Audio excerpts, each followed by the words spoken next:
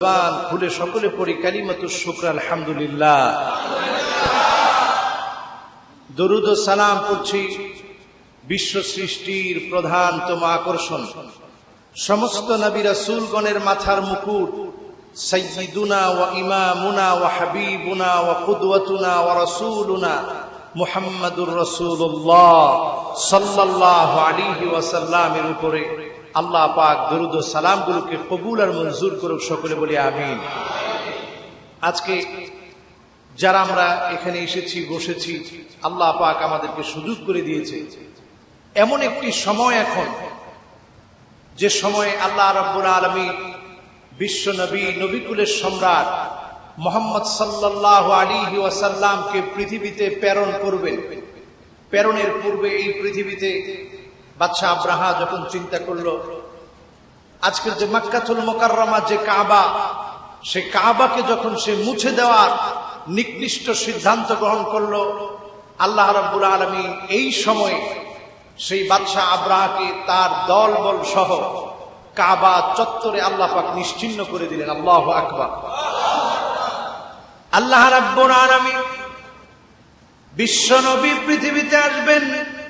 পৃথিবীতে আসার আগে আল্লাহ রাব্বুল আলামিন এমন ভাবে বিশ্ব নবীর পরিচয় এই পৃথিবীবাসীর সামনে তুলে ধরলেন, এমন ভাবে আল্লাহ রাব্বুল আলামিন ফুটিয়ে তুললেন।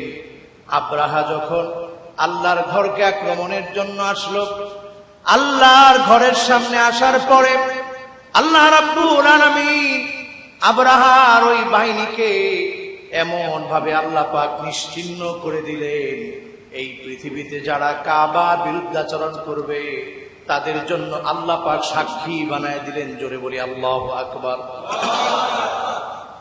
ঘটনাটি ছিল এইরকম, আল্লাহর নবীর জন্মের 55 কিংবা 50 দিন পূর্বে ওই কাবা চত্বরে যখন আব্রাহা বাহিনী যখন আক্রমণ করবে, আল্লাহ রাব্বুল আলামিন তারমিহিম বিহিজারাতিন মিন সিজ্জিল, আল্লাহ পাক মাটি থেকে আঠালো মাটি, ওই মাটি দিয়ে এমন ছোট ছোট কঙ্কর গুলো নিক্ষেপ করলো।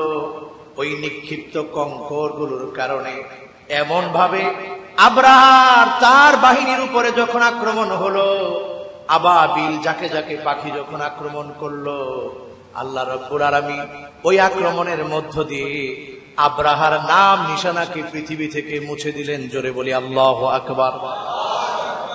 এই ঘটনাটি ঘটল রাসূল করিম সাল্লাল্লাহু আলাইহি ওয়াসাল্লাম এই পৃথিবীতে আগমনের 50 কিংবা 55 দিন পূর্বে।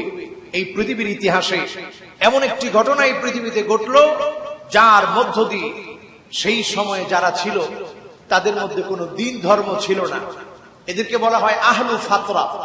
আহলে ফাতরা মানে হচ্ছে এক নবী থেকে আরেক নবীর আগমন পর্যন্ত যে সময়ে কোনো নবী থাকে না, ওই সময়টিকে বলা হয় আহলে ফাতরা। আহলে ফাতরার এই সময় ছিল মক্কাতুল মুকাররমা, সেই সমস্ত কুরাইশরা যারা তখন কোনো নবী পায় নাই। ঈসা আলাইহিস সালাতু ওয়াস সালামের পরে মুহাম্মদ সাল্লাল্লাহু আলাইহি ওয়াসাল্লামের আগমন পর্যন্ত 500 বছর কোনো নবী ছিল না।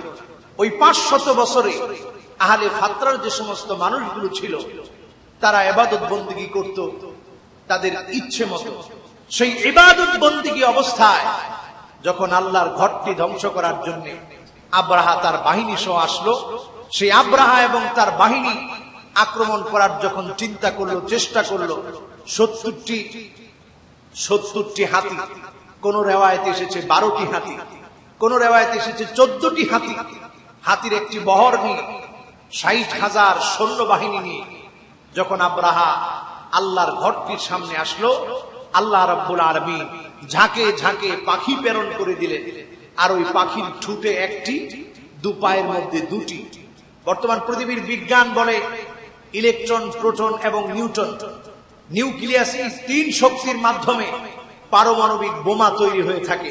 আল্লাহ রাব্বুল আলামিন আজ থেকে 1450 বছর আগে বিশ্ব নবীর আগমনের পূর্বে আব্রাহার ওই বাহিনীকে নিঃশেষ করে দেওয়ার জন্য যাকে যাকে পাখির ঠুটে 3টি করে পাথর দিলেন, যেই তিনটি পাথরের শক্তি ছিল ইলেকট্রন, প্রোটন এবং নিউটনের চাইতে শক্তিশালী। জোরে বলি আল্লাহু আকবার। আল্লাহ পাক এই পৃথিবীবাসীকে প্রমাণ করে দিলেন এই পৃথিবীতে এমন একজনের আগমন হবে, তিনি বিশ্ব নবী হবেন, তিনি সমস্ত নবীদের নবী হবেন। ওনার আদর্শ আল্লাহ পাক কিয়ামত পর্যন্ত রেখে দিবেন। কিয়ামত পর্যন্ত তার উম্মতদেরকে রক্ষা করার দায়িত্ব আল্লাহ সুবহানাহু ওয়া তাআলা। সেই নবীকুলের সম্রাট পৃথিবীতে আগমন করবে। এজন্য আল্লাহ রাব্বুল আলামিন আব্রাহাকে সেদিন নাস্তানাবুদ করলেন, কাবাকে আল্লাহ রাব্বুল আলামিন রক্ষা করলেন। সেই কাবাকে যেদিন রক্ষা করা হলো, আব্রাহা যেদিন নিঃশেষ হয়ে গেল, এই পৃথিবীর বিশেষ করে কুরাইশরা যারা দেখেছিল, তারা তখন থেকে নিয়ে রেওয়ায়েতে পাওয়া যায় সেই সময় থেকে নিয়ে 11 থেকে 12 বছর তারা আর কারো কাছে কোনো কিছু চায় নাই, সবকিছু চেয়েছে আল্লাহ সুবহানাহু ওয়া তাআলার কাছে। জোরে বলি আল্লাহু আকবার। বিশ্বনবী সাল্লাল্লাহু আলাইহি ওয়াসাল্লাম এই পৃথিবীতে যখন আগমন করলেন, পৃথিবীটা ছিল অন্ধকার আচ্ছন্ন। পৃথিবীর মানুষগুলো আল্লাহকে চিনে না, পৃথিবীর মানুষগুলো আল্লাহ সম্পর্কে জানে না। 500 বছর এই পৃথিবীতে কোনো নবী নাই। সেই সময় আল্লাহ রাব্বুল আলামিন এই পৃথিবীর ভিতরে বিশ্ব নবীকে পাঠিয়ে দিলেন। বিশ্ব নবী যখন পৃথিবীতে আসলো, পৃথিবীতে আসার পরে একজন পাদ্রী পাশ দিয়ে যাচ্ছিল, নজর করে দেখে আন্নান নুজুমা কদ মালাত, আকাশের তারকাগুলি হঠাৎ করে একদিকে ঝুঁকে আছে। জোরে বলি সুবহানাল্লাহ। পাদ্রী নজর করে দেখে আকাশের তারকা পুঞ্জিগুলো একটি বাড়ির দিকে ঝুঁকে আছে। আরো নজর করে দেখলো আন্নাল আশজারা কদ মালাত, গাছপালাগুলো একটি বাড়ির দিকে ঝুঁকে আছে। তার চিন্তা হলো যে বাড়িটির দিকে ঝুঁকে আছে এটি সাধারণ কোনো বাড়ি নয়, এই বাড়ির এমন একটি ইতিহাস আছে যে কারণে মনে হচ্ছে কেমন যেন তারকা পুঞ্জিগুলো ঝুঁকে আছে, কেমন যেন ওই বাড়িটার দিকে আল্লাহ রাব্বুল আলামিনের হাবিবের ঘরের দিকে কেমন যেন গাছগুলো ঝুঁকে আছে। ওই পাদ্রী আল্লাহর নবীর ঘরের কাছে গেলেন, বিশ্ব নবীর ঘরের কাছে গিয়ে জানতে চাইলেন এখানে কি কোনো শিশু বাচ্চা জন্মগ্রহণ করেছে। খবর আসলো হ্যাঁ, শিশু বাচ্চা জন্মগ্রহণ করেছে। আল্লাহর নবী নবীকুলের সম্রাটের জন্মের পর ওই শিশু বাচ্চার কাদের মাঝখানে বুখারী শরীফের বর্ণনা এসেছে কাযিররিল হাজালা, কবুতরের ডিমের মতো ছোট্ট একটি জায়গা ছিল। আল্লাহর নবী সর্বশেষ নবী, নবীকুলের সমাপ্তি বিশ্ব নবীকে দিয়ে, এজন্য দুই কাদের মাঝখানে কাযিররিল হাজালা, কবুতরের ডিমের মতো একটা জায়গা ছিল। ওই পাদ্রী দেখতে চাইল তিনি সত্যিকারে আল্লাহর নবী কিনা, কারণ তাওরাতের ভিতরে, জাবুরের ভিতরে, ইনজিলের ভিতরে আল্লাহর নবী নিজের আখলাক কেমন হবে, নিজের সিরাত কেমন হবে, আল্লাহর নবীর চেহারা কেমন হবে, সবগুলো বিষয় তাওরাতের ভিতরে এসেছে, জাবুরের ভিতরে এসেছে, ইনজিলের ভিতরে এসেছে। এজন্য ওই পাদ্রী আল্লাহ নবীর কাঁধ মোবারকের দিকে তাকালেন, কাদের দিকে তাকিয়ে দেখে কাযিররিল হাজালা, কবুতরের ডিমের মতো একটি জায়গা রয়েছে। এটি দেখার সাথে সাথে সে অজ্ঞান হয়ে গেল। জোরে বলি আল্লাহু আকবার। অজ্ঞান হওয়ার পর ওই পাদ্রীর যখন জ্ঞান ফিরল, লোকেরা প্রশ্ন করলো আপনি কেন অজ্ঞান হয়ে গেলেন? পাদ্রী বলল আমি যখন নজর করলাম, নজর করে যখন আমি দেখলাম কাযিররিল হাজালা, কবুতরের ডিমের মতো জায়গা রয়েছে, আমি নিশ্চিত হয়ে গেলাম আর কোনো সন্দেহ নাই এই পৃথিবী যার জন্য অপেক্ষমান সেই নবীকুলের সম্রাট বিশ্ব নবী পৃথিবীতে চলে এসেছে। জোরে বলি সুবহানাল্লাহ। এমন নবী আল্লাহ পাক আমাদেরকে দান করলেন যে নবীর উম্মত হওয়ার জন্য উলুল আযম পয়গম্বর মুসা আলাইহিস সালাতু ওয়াস সালাম পর্যন্ত আল্লাহর কাছে ফরিয়াদ করেছে, আল্লাহ যেই নবীর উম্মতের এত দাম, তুমি আমাকে সেই নবীর উম্মত বানায় দাও। জোরে বলি আল্লাহু আকবার। এমন নবীর উম্মত আমরা আল্লাহ রাব্বুল আলামিন নবী ঈসা আলাইহিস সালাতু ওয়াস সালামকে আল্লাহ রাব্বুল আলামিন এত শ্রেষ্ঠত্ব দেওয়ার পরেও নবী ঈসা আলাইহিস সালাম আল্লাহর কাছে ফরিয়াদ করতেন, আল্লাহ শেষ নবীর উম্মত হিসাবে তুমি আমাকে কবুল করে নিও। জোরে বলি আল্লাহু আকবার। এজন্য আল্লাহ রাব্বুল আলামিন ঈসা আলাইহিস সালাতু ওয়াস সালামকে আকাশের মধ্যে উঠিয়ে নিলেন। আবার ঈসা আলাইহিস সালাতু ওয়াস সালামকে কিয়ামতের পূর্বক্ষণে আল্লাহ পাক পৃথিবীতে নাজিল করবেন। জোরে বলি আল্লাহু আকবার। আজও পর্যন্ত আছে সিরিয়ায় যে মসজিদে, দামেস্কের যে মসজিদে ঈসা আলাইহিস সালাতু ওয়াস সালাম আসবে, সে মসজিদ আজও পর্যন্ত রয়েছে এই পৃথিবীর সাক্ষী হয়ে। সে মসজিদে আল্লাহ পাক নবী ঈসা আলাইহিস সালাতু ওয়াস সালামকে পাঠাবেন। সেখান থেকে তিনি এসে যত ধরনের সালিবগুলো আছে, তার মানে ক্রুশগুলো আছে, গির্জাগুলো আছে, ওই সব গির্জাগুলো ঈসা আলাইহিস সালাতু ওয়াস সালাম ওই গির্জার ক্রুশগুলো নিজ হাতে ধ্বংস করবেন। জোরে বলি আল্লাহু আকবার। আজকে আমাদের ইয়ং জেনারেশন অনেক সময় গেঞ্জি পরে, টি শার্ট পরে, ওই টি শার্টের ভিতরে তলোয়ারের ছবি দেওয়া থাকে। আসলে ওই তলোয়ারের ছবি দিয়ে তলোয়ার উদ্দেশ্য নয়। বর্তমান খ্রিস্টানরা তারা অনেক চেষ্টা করে, প্রচেষ্টা চালিয়ে আমার দেশে গোটা পৃথিবীর মুসলমানদের যুবকদের ঈমান ধ্বংস করার জন্য তারা টি শার্টের ভিতরে প্লাস চিহ্ন, তলোয়ারের চিহ্ন দিয়ে গেঞ্জি বানায়। রকেটের মধ্যে আমাদের যে সমস্ত যুবকেরা চেইন পরে, পুরুষদের জন্য চেইন পরা সম্পূর্ণরূপে হারাম, জায়েজ নাই। ওই চেইনের ভিতরে পর্যন্ত আজকে একটি তলোয়ার ঝুলায় দেওয়া হয়। এই তলোয়ার দিয়ে উদ্দেশ্য হচ্ছে ঈসা আলাইহিস সালাতু ওয়াস সালামকে তারা মনে করেন শুলে চড়ানো হয়েছে। শুলে চড়ানোর জন্য ঈসা আলাইহিস সালাতু ওয়াস সালামের হাত বেঁধে ফেলা হয়েছে, দুহাত দুদিকে বেঁধে, মাথা ছিল সোজা করে রাখা, পাটা বেঁধে ফেলা হয়েছে, শুলে চড়ানো হয়েছে, শুলে চড়িয়ে তাকে হত্যা করা হয়েছে, এটা তাদের বিশ্বাস। অথচ আল্লাহ রাব্বুল আলামিন কোরআন কারীমে ঘোষণা করেন তাকে আল্লাহ রাব্বুল আলামিন উঠিয়ে নিয়েছেন। জোরে বলি আল্লাহু আকবার। এজন্য আমরা যারা মুসলমান, আমরা ক্রুশ সম্বলিত, এই প্লাস সম্বলিত কোনো কিছুর সাথে মুসলমান সম্পর্ক রাখতে পারে না। এটা আমাদের আকীদা বিরোধী। প্রিয় হাজরিন, ঈসা আলাইহিস সালাতু ওয়াস সালাম আল্লাহ পাকের কাছে ফরিয়াদ করলেন। আল্লাহ রাব্বুল আলামিন নবীকুলের সম্রাট মুহাম্মদ সাল্লাল্লাহু আলাইহি ওয়াসাল্লামের উম্মত হিসেবে নবী ঈসা আলাইহিস সালামকে কবুল করলেন। জোরে বলি সুবহানাল্লাহ। ঈসা আলাইহিস সালাম আল্লাহর নবীর উম্মত হয়ে পৃথিবীতে আসবেন না, নবী হিসেবে আসবেন, উম্মত হয়ে আসবেন। জোরে বলেন কি হয়ে আসবেন? উম্মত হয়ে এই পৃথিবীতে আসবেন। তাহলে উম্মতের দাম কম না বেশি? উম্মতের দাম কম না বেশি? যে বছর আমি হজ করতে গেলাম, শেখ সুদাইসি তেলাওয়াত করছে, তেলাওয়াতের মধ্যে এমন ভাবে কাঁদছে, আল্লাহ রাব্বুল আলামিনের একটি আয়াত তেলাওয়াত করতে গিয়ে তিনি কান্না শুরু করলেন। আল্লাহ রাব্বুল আলামিন বললেন, ওয়ালা সাউফা ইউতিকা রাব্বুকা ফাতারদা।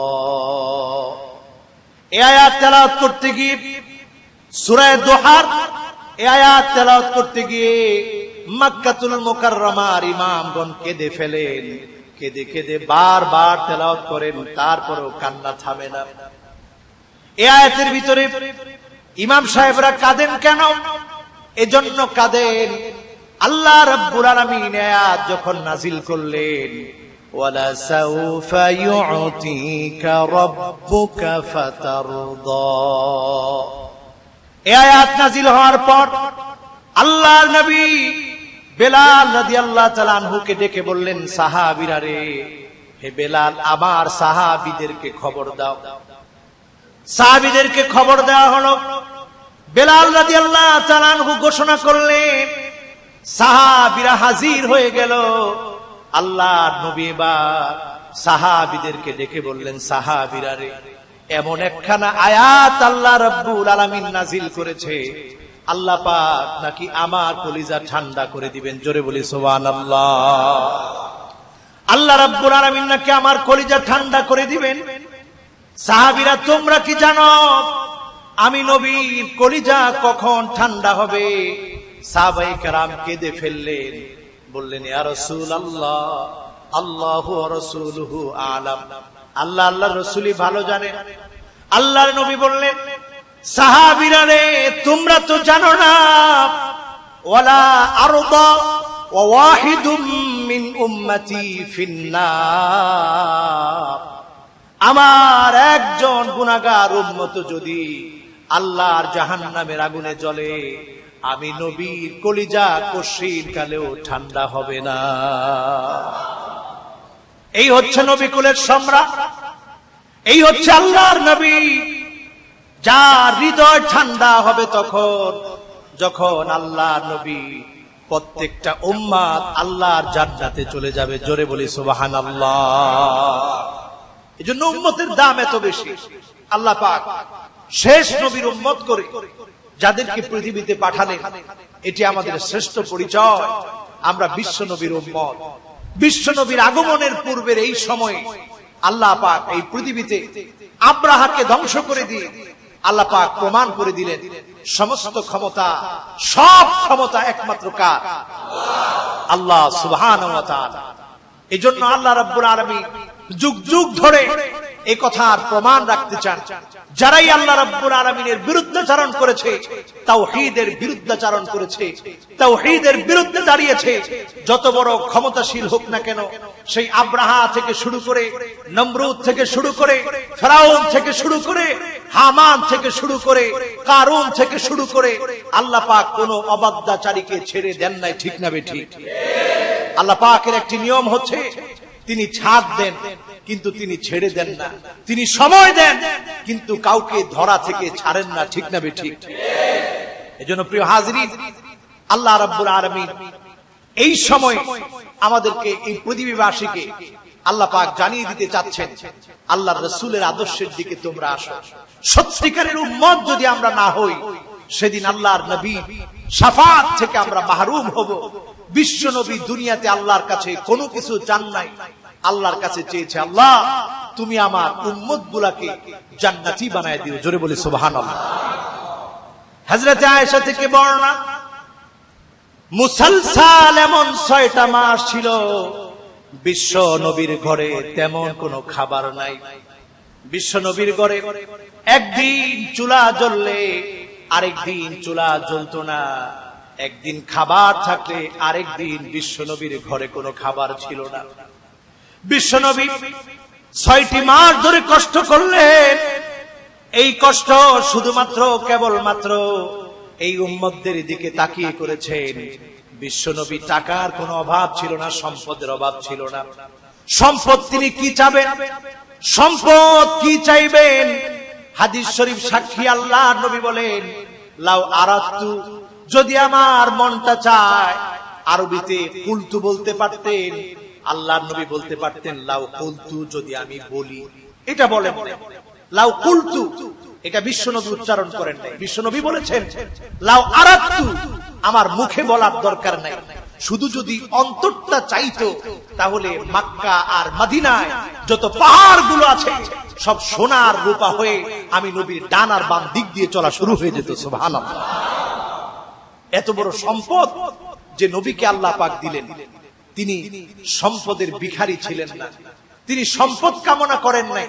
তিনি কষ্টে দিনাতিপাত করেছে, খেয়ে না খেয়ে দিনাতিপাত করেছে, কিন্তু যে কষ্টগুলো করলো, এই কষ্টগুলো করেছে তার উম্মতদের জন্য। আল্লাহু আকবার। এই পৃথিবীতে সবচেয়ে বেশি নবীদের মধ্যে যিনি পরীক্ষা দিয়েছেন, সবচেয়ে বেশি কষ্ট যিনি করেছেন, তিনি হচ্ছেন নবীকুলের সম্রাট মুহাম্মাদুর রাসূলুল্লাহ সাল্লাল্লাহু আলাইহি ওয়াসাল্লাম। সবচেয়ে বেশি পরীক্ষা তিনি দিয়েছেন। শ্রেষ্ঠ নবী এই পরীক্ষাগুলো দিয়ে উত্তীর্ণ হয়েছেন। জোরে বলি সুবহানাল্লাহ। হাদিস শরীফ সাক্ষী, আল্লাহর নবী বলেন, ওয়ালি কুল্লি নাবিয়্যিন দাওয়াতুম মুস্তাজাবা, সব নবীদের জন্য দুআয়ে মুস্তাজাবা আছে। নবীরা যখন আল্লাহর কাছে ফরিয়াদ করে, আল্লাহ পাক নবীদের ফরিয়াদগুলো কবুল করে নেয়। বিশ্ব নবী বলেন, ইন্নী ইখতাবাতু দাওয়াতি শাফাআতান লি উম্মতি, আমি নবী আল্লাহর কাছে কোনো কিছু চাই নাই, কোনো ফরিয়াদ করি নাই, কোনো প্রার্থনা করি নাই, নিজের সুখ সমৃদ্ধি কামনা করি নাই, শুধুমাত্র আমার উম্মতদের দিকে তাকায়া এই গুনাহগার উম্মতগুলোকে শাফাআত করার জন্য আল্লাহ পাকের কাছে কোনো কিছু চাই নাই। ফাহিয়া নাইলাতুন ইনশাআল্লাহ, এই না চাওয়ার কারণে এর সুফল সেদিন আমার উম্মত পেয়ে যাবে, দলে দলে আমার শাফাআত পেয়ে আল্লাহর জান্নাতের মালিক হয়ে যাবে। জোরে বলে সুবহানাল্লাহ। বিশ্বনবী একটি শর্ত দিলেন, মান মাতা মিন উম্মতি লা ইউশরিক বিল্লাহি আহাদা, আমার যে উম্মত দুনিয়াতে উম্মতের দাবি পূর্ণ করেছে, কোনদিন শিরিক করে নাই, সে উম্মত সেদিন আমার শাফাআত পেয়ে আল্লাহর জান্নাতে চলে যাবে। সুবহানাল্লাহ। তাহলে জান্নাতে যদি আমরা যেতে চাই, উম্মত হওয়া লাগবে কার? জোরে বলেন, উম্মত হওয়া লাগবে কার? আল্লাহর নবী মুহাম্মদ সাল্লাল্লাহু আলাইহি সাল্লামের উম্মত হতে হবে।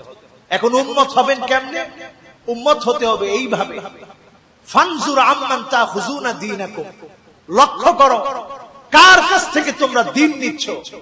আমরা আমাদের জীবনের সমস্ত ক্ষেত্রে মাথায় আর চুলের গোড়া থেকে নিয়ে পায়ের তালু পর্যন্ত আল্লাহর নবীর আদর্শের অনুকরণ অনুসরণ যদি আমরা করি, তাহলে আমরা নবীর উম্মত। জোরে বলি সুবহানাল্লাহ। এজন্য আমার ফ্যাশন, আমার চলাফেরা, আমার আদর্শ, আমার চিন্তা, আমার চেতনা সবগুলো হবে আল্লাহর নবী থেকে। যদি আল্লাহর নবী থেকে হয় তাহলে আমি উম্মত, আর যদি আমি উম্মত হতে পারি, আল্লাহর নবী সেদিন আমাকে আল্লাহ রাব্বুল আলামিনের পক্ষ থেকে শাফাআত প্রাপ্তির পরে আল্লাহ পাকের কাছে চেয়ে আল্লাহর জান্নাত পর্যন্ত পৌঁছে দিবে। জোরে বলি সুবহানাল্লাহ। এজন্য প্রিয় হাজিরিন, রাসূলুল্লাহ সাল্লাল্লাহু আলাইহি ওয়াসাল্লামের আগমনের পূর্বের মাসে আমাদের জন্য যে মেসেজটুকু, সেটা হলো জীবনের যতদিন আমরা বেঁচে থাকব, আল্লাহ সুবহানাহু ওয়া তাআলার প্রিয় হাবিব মুহাম্মদ সাল্লাল্লাহু আলাইহি সাল্লাম আজ থেকে ১৫০০ বছর আগে আমাদের জন্য যা নিয়ে এসেছেন সবগুলোকে আমাদেরকে মেনে চলতে হবে। যদি আমরা মেনে চলতে পারি তাহলে উম্মতের দাবিতে আমরা সত্যবাদী হব। জোরে বলে সুবহানাল্লাহ। এজন্য প্রিয় হাজিরিন, কোনোভাবেই বিশ্বনবীর আদর্শ আমাদের ভুলে গেলে চলবে না। জীবনের প্রতিটি ক্ষেত্রে বিশ্বনবীর আদর্শকে মেনে চলতে হবে। আল্লাহ রাব্বুল আলামিন তার হাবিবকে পৃথিবীতে পাঠিয়ে যে সম্মান দিয়েছেন, সমস্ত নবীদের উপরে আল্লাহ পাক শ্রেষ্ঠত্ব দিয়েছেন, সমস্ত নবীদের উপরে আল্লাহ পাক সম্মান দিয়েছেন। আল্লাহ পাক অন্যান্য নবীদেরকে ইয়া মূসা, ইয়া জাকারিয়া, ইয়া নূহ, হুদ, সালেহ আলাইহিমুস সালাম সবাইকে আল্লাহ পাক নাম উল্লেখ করে কোরআন কারীমে আল্লাহ তাআলা ডেকেছেন। মূসা আলাইহিস সালাতু ওয়াস সালামকে 100 বারের উপরে আল্লাহ তাআলা নাম ধরে ডেকেছেন। কথা ঠিক না বেঠিক? কিন্তু আল্লাহ রাব্বুল আলামিন বিশ্ব নবীকে পৃথিবীতে পাঠালেন। কোরআন কারীমের আয়াতে আয়াতে সব জায়গায় বিশ্ব নবীর কথা আল্লাহ তাআলা বললেন, আয়াতে আয়াতে বিশ্ব নবীর কথা বললেন, নাম উল্লেখ করেন নাই। আল্লাহ তাআলা সম্মান সূচক শব্দ দিয়ে বিশ্ব নবীকে আহ্বান করলেন। 4টি জায়গাতে আল্লাহ পাক বিশ্ব নবীর নাম নিলেন। ওমা মুহাম্মাদুন ইল্লা রাসূল قد خلت من قبله الرسل। এখানে নাম না নিলে কাকে বোঝানো হচ্ছে এটা বোঝা যেত না। ওমা মুহাম্মাদুন ইল্লা রাসূল, এই আয়াতটি উহুদ যুদ্ধের পরে নাজিল হলো। সাহাবায়ে কেরাম শুনতে পেলেন বিশ্ব নবী দুনিয়া থেকে চলে গেছে। এটি শোনার পরে সাহাবায়ে কেরাম পাগলের মতো হয়ে গেলেন। কারণ বিশ্ব নবীকে তারা কলিজার চাইতে বেশি ভালোবাসে, আল্লাহু আকবার, নিজের জীবনের চাইতে বেশি ভালোবাসে। এজন্য সাহাবায়ে কেরাম যখন বিশ্ব নবীর ভালোবাসায় পাগলের মতো হয়ে গেলেন, বেহুশের মতো হয়ে গেলেন, আল্লাহ আয়াত নাযিল করলেন, ওমা মুহাম্মাদুন ইল্লা রাসূল قد خلت من قبله الرسل আফাইন মাতা ও কুতিলান কালাবতুম। আল্লাহ তাআলা আয়াত নাযিল করলেন, মুহাম্মদ সাল্লাল্লাহু আলাইহি সাল্লাম একজন রাসূল, তিনি যদি দুনিয়া থেকে চলে যান অথবা উনাকে যদি কেউ শহীদ করে দেয়, তারপরে কি তোমরা পারবে দিন থেকে চলে যেতে? দিন থেকে চলে যাওয়া যাবে না। মুহাম্মদ সাল্লাল্লাহু আলাইহি সাল্লাম চলে গেলেও এই দিনের ভিতরে তোমাদেরকে থাকতে হবে। জোরে বলি আল্লাহু আকবার। প্রিয় হাজিরিন, এইভাবে করে আল্লাহ সুবহানাহু ওয়া তাআলা বিশ্ব নবীকে শ্রেষ্ঠত্ব দিলেন। সমস্ত নবীদের উপরে আল্লাহ পাক বিশ্ব নবীকে শ্রেষ্ঠত্ব দিয়েছেন।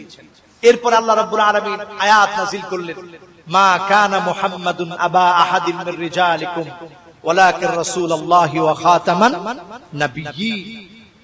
আল্লাহ রাব্বুল আলামিন জানায় দিলেন, মুহাম্মদ সাল্লাল্লাহু আলাইহি ওয়াসাল্লাম তোমাদের প্রাপ্তবয়স্ক কোন পুরুষের পিতা না।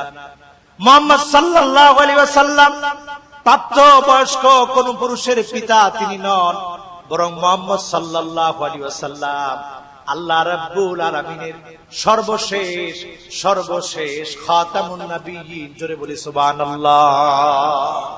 সর্বশেষ নবী, এটি আল্লাহ পাক জানিয়ে দিলেন। এখানে রিজাল বলে, মা কানা মুহাম্মাদুন আবা আহাদিন মির রিজালিকুম। রিজাল বলা হয় ওই সমস্ত প্রাপ্তবয়স্ক পুরুষ যারা যৌবনে পদার্পণ করেছে। মুহাম্মদ সাল্লাল্লাহু আলাইহি সাল্লাম এইরকম কোন পুরুষের পিতা ছিলেন না।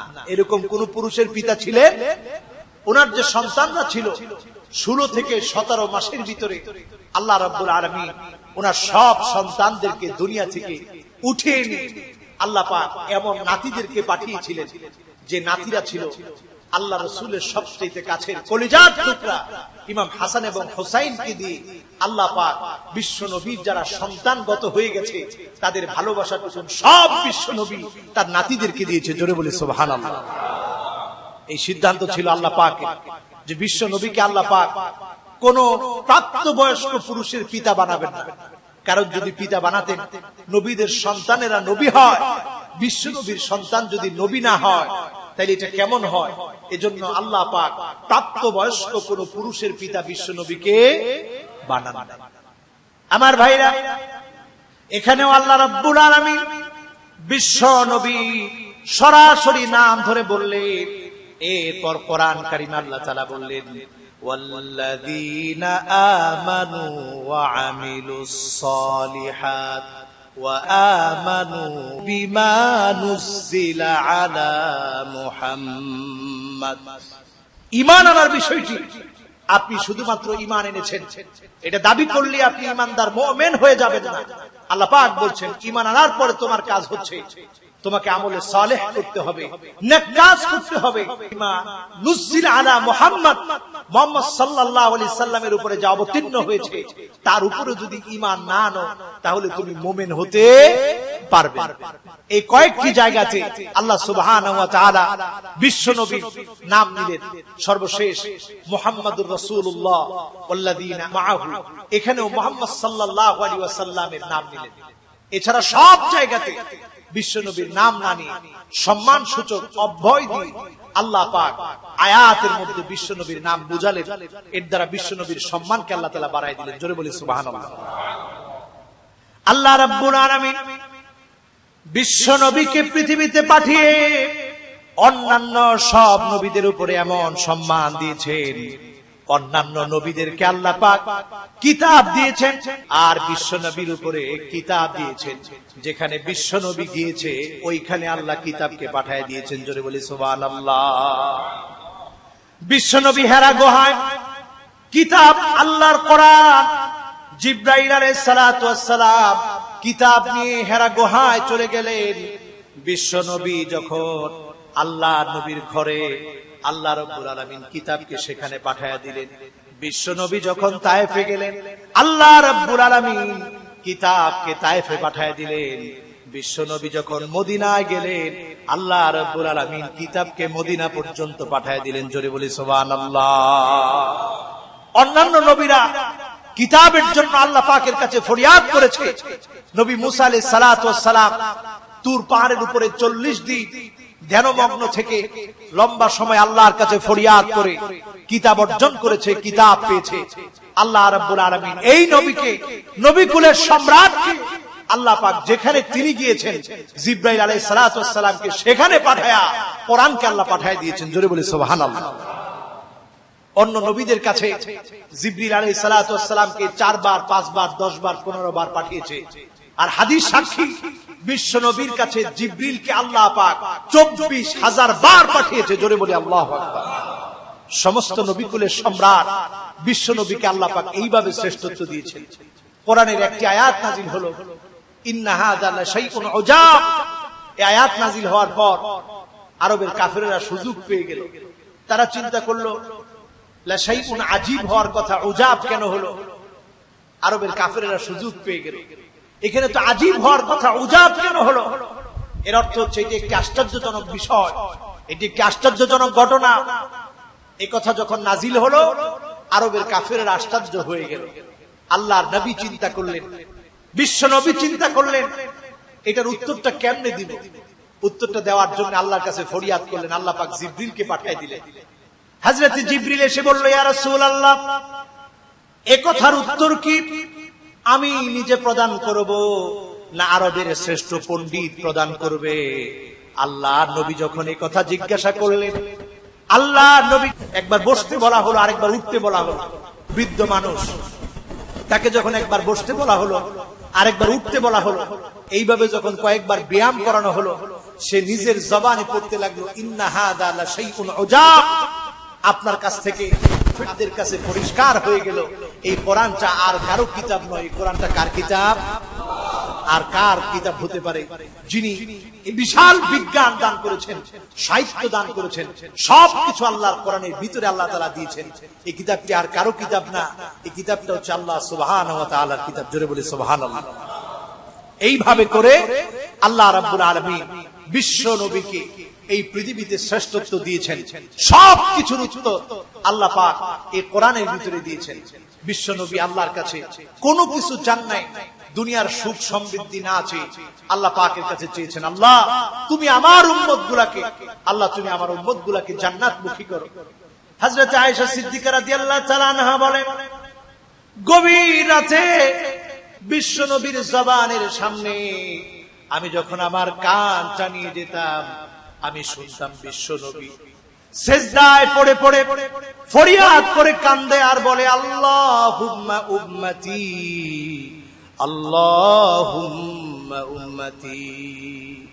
আল্লাহ তাআলা আমার গুনাহগার উম্মত, আল্লাহ তাআলা আমার গুনাহগার উম্মত। বিশ্ব নবীর সেজদার কান্না ছিলাম আমরা।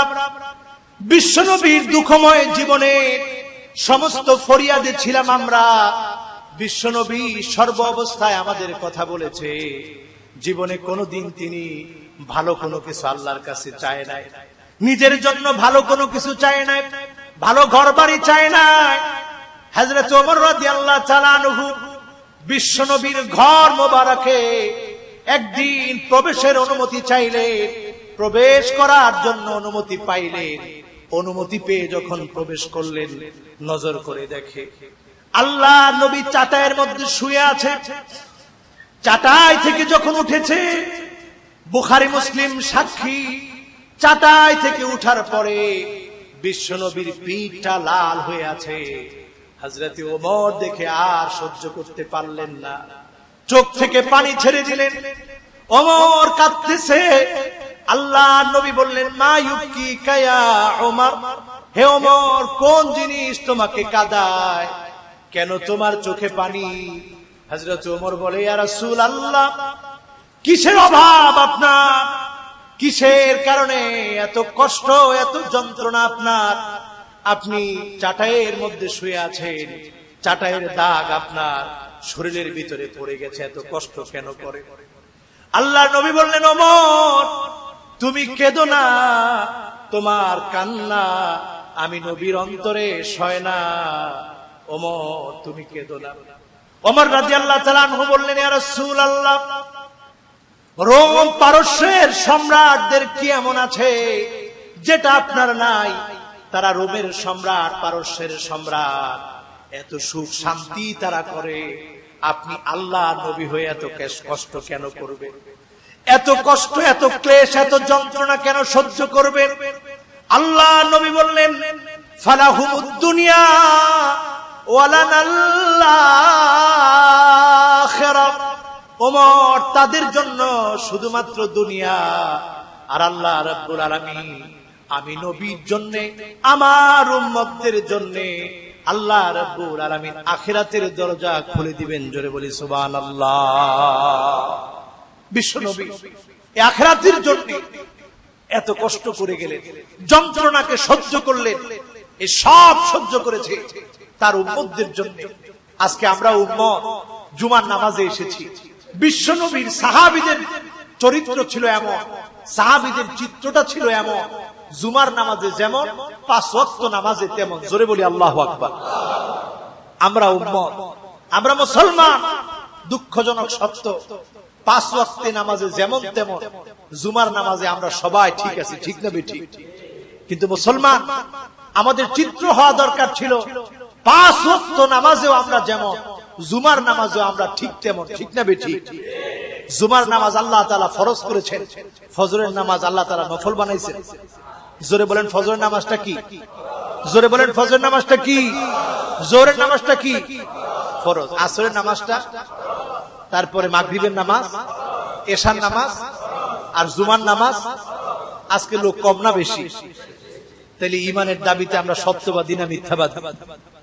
আল্লাহ আমাদেরকে পাক্কা নামাজি, দিনদার, পরেজগার বানায় দেখ। সকলে বলি আমিন। আমাদের দশা এখন এমন হয়েছে, ফজরের সময় জীবন আমার ঘুমের বিছানায় ন্যস্ত, জোহরের সময় অফিসেতে মহাব্যস্ত, আসরের সময় ক্লান্ত আমি, মাগরিবের সময় বাজারের ব্যাগ হাতে নামি, এশার সময় চোখ দুটো আমার টিভির চ্যানেলে। এইভাবে আমি আমার নাম লিখালাম জাহান্নামীদের প্যানেলে। কোথায়? জাহান্নামীদের প্যানেলে আমরা নাম লেখালাম। আমরা আমাদের কাজকর্মে নামাজকে ছেড়ে দিয়ে সব ব্যস্ততা গুলোকে আমরা জায়গা করে দিয়েছি। বিশ্বনবীর উম্মত, আল্লাহ পাক শ্রেষ্ঠত্ব দান করেছেন আমাদেরকে। সব শ্রেষ্ঠত্ব তখনই আমরা অর্জন করতে পারবো আল্লাহ পাকের বিধান যখন আমরা মেনে চলবো, 5 ওয়াক্ত নামাজ যখন আমরা আদায় করব, বিশ্বনবীর সত্যিকার অর্থের উম্মত আমরা হতে পারবো, ঠিক না বেঠিক? আমরা নামাজের ভিতরে যে দরুদ পড়ি, সেখানে বিশ্বনবীর নাম আছে না নাই? ইব্রাহিম আলাইহিস সালামের নাম আছে না নাই? বিশ্বনবীর পরিবারের নাম আছে না নাই? আল্লাহর নাম আছে না নাই? দেখেন এখানে আল্লাহ কত বড় শ্রেষ্ঠত্ব আমাদেরকে দিল, সুবহানাল্লাহ। আমরা ওই দুরূদের ভিতরে বলি আল্লাহুম্মা সাল্লি আলা মুহাম্মাদ ওয়া আলা আলি মুহাম্মাদ কামা সাল্লাইতা আলা ইব্রাহিম ওয়া আলা আলি ইব্রাহিম ইন্নাকা হামিদুম মাজিদ।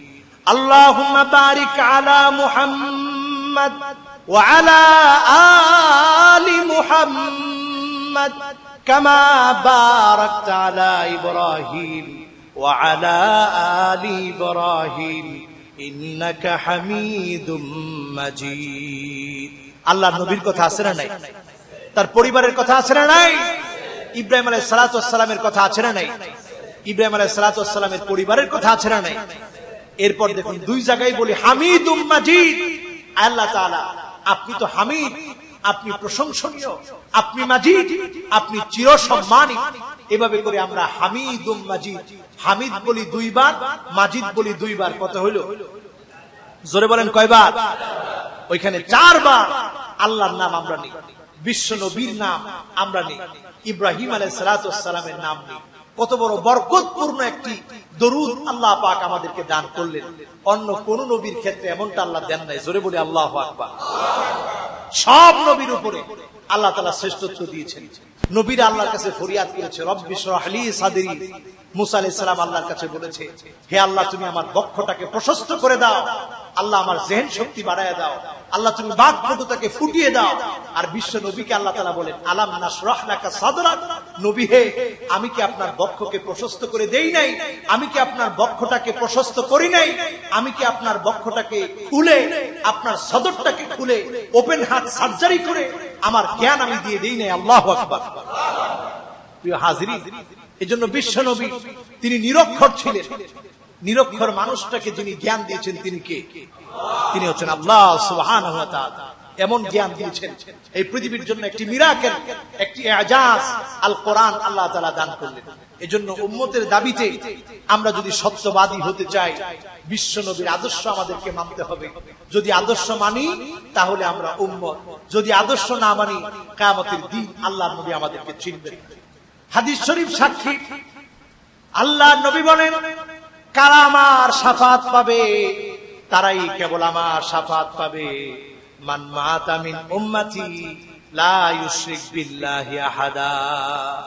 যে আমার উম্মত, আমার সাথে, আমার উম্মত হওয়ার পরে, আমার উপরে ঈমান আনার পরে আল্লাহ রাব্বুল আলামিনের সাথে শরীক করে নাই, ওই উম্মতদেরকে সেদিন আমি নবী আল্লাহর কাছে ফরিয়াদ করব, আল্লাহ পাক ফরিয়াদ কবুল করে আমার সঙ্গে সঙ্গে জান্নাতের মালিক বানায় দিবে।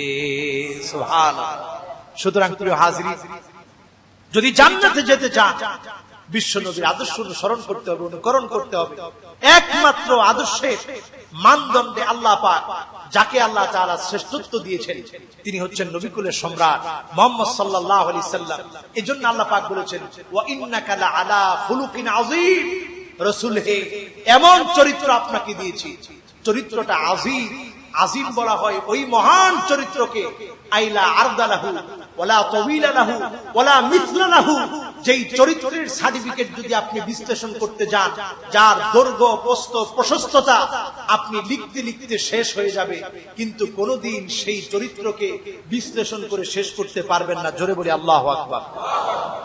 এমন বিরাট চরিত্র, আল্লাহর আকাশ থেকে জমিন পর্যন্ত যে বিরাট শূন্যতা আছে, সেই শূন্যতাগুলোকে যদি একত্রিত করা হয়, ওই একত্রিত শূন্যতাগুলো যদি পরিপূর্ণ হয়ে যায়, বিশ্বনবীর আদর্শ যদি আপনি খুঁজতে থাকেন আর লিখতে থাকেন, খুঁজবেন আর লিখবেন, খাতা শেষ হয়ে যাবে, কাগজ ফুরিয়ে যাবে, বিশ্বনবীর আদর্শ লিখে লিখে শেষ করা যাবে না। এমন বিরাট চরিত্র বিশ্বনবীকে আল্লাহ তাআলা দান করেছেন।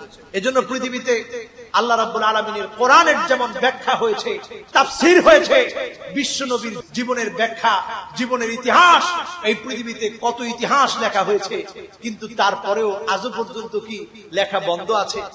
জোরে বলেন, বন্ধ আছে?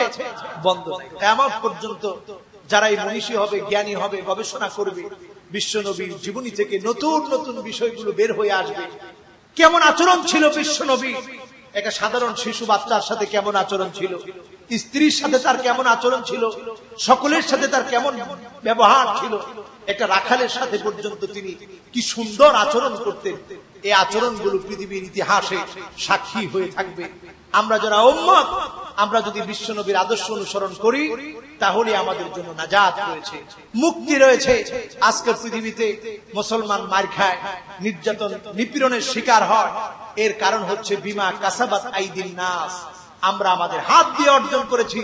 আমরা বিশ্বনবীর আদর্শবাদ দিয়ে, লেনিনের আদর্শ, মাও সেতুনের আদর্শ, তারপরে মার্ক্সবাদ, কার্ল মার্ক্সের নীতি, এই সমস্ত নীতিগুলো যখন আমরা গ্রহণ করেছি, বিশ্বনবীর আদর্শকে বর্জন করেছি, গোটা পৃথিবীতে সেদিন থেকে মুসলমানেরা নির্যাতিত, নিপীড়িত, দর্শিত, লাঞ্ছিত হয়েছে। ঠিক না বেঠিক? সুতরাং পৃষ্ঠা যদি উল্টাতে হয়, আবার যদি সেই ইতিহাস এবং ঐতিহ্যের দিকে মুসলমানদেরকে ফিরে যেতে হয়, তাহলে আল্লাহর নবী যে আদর্শ রেখে গেছে, সে আদর্শের দিকে আমাদেরকে ফিরে যেতে হবে। রাসূলুল্লাহ সাল্লাল্লাহু আলাইহি ওয়াসাল্লামের আদর্শ মানতে হবে। আপনি কত ধনী হয়েছেন, বিল গেটস এই পৃথিবীর বিশ্ব ধনী, বিশ্বের মধ্যে শ্রেষ্ঠতম ধনী হচ্ছে বিল গেটস। তার যে পরিমাণ সম্পদ রয়েছে, সেই সম্পত্তিকে যদি আপনি একদিকে রাখেন, আর ফজরের আগে যে 2 রাকাত সুন্নত নামাজ পড়া হয়, কয় রাকাত? 2 রাকাত সুন্নত নামাজ। আল্লাহ রাসূল বলেছেন, এই 2 রাকাত সুন্নত নামাজের দাম এত বেশি, এই 2 রাকাত সুন্নত নামাজের দাম এত বেশি, আকাশ আর জমিনের মধ্যে যা কিছু আছে, এই সব কিছুকে যদি এক পাল্লায় রাখা হয়, আরেক পাল্লায় যদি 2 রাকাত নামাজ রাখা হয়, তাহলে এই 2 রাকাত নামাজ আকাশ জমিনের সব সম্পত্তির চাইতে এই 2 রাকাত নামাজের দাম বেশি হয়ে যাবে। জোরে বলে সুবহানাল্লাহ, সুবহানাল্লাহ। চিন্তা করে, বিল গেটস সহ এই পৃথিবীতে যত ধনীগুলো আছে, সব ধনীদের সম্পত্তি এক পাল্লায়, বিশ্বনবীর উম্মতদের 2 রাকাত নামাজ এক পাল্লায়, নামাজের দাম আল্লাহর কাছে সবচেয়ে বেশি। জোরে বলে সুবহানাল্লাহ। আজকে মুসলমান, এইটা আমরা এখন বুঝি না। দুনিয়ায় থাকাকালীন সময় যেদিন চক্ষুটা বন্ধ হয়ে যাবে, যেদিন মৃত্যু হাজির হয়ে যাবে, সেদিন আমরা সবাই এর মূল্য বুঝবো, কিন্তু সেদিন মূল্য বুঝে কোনো লাভ হবে না। জোরে বলেন, কোনো লাভ হবে না।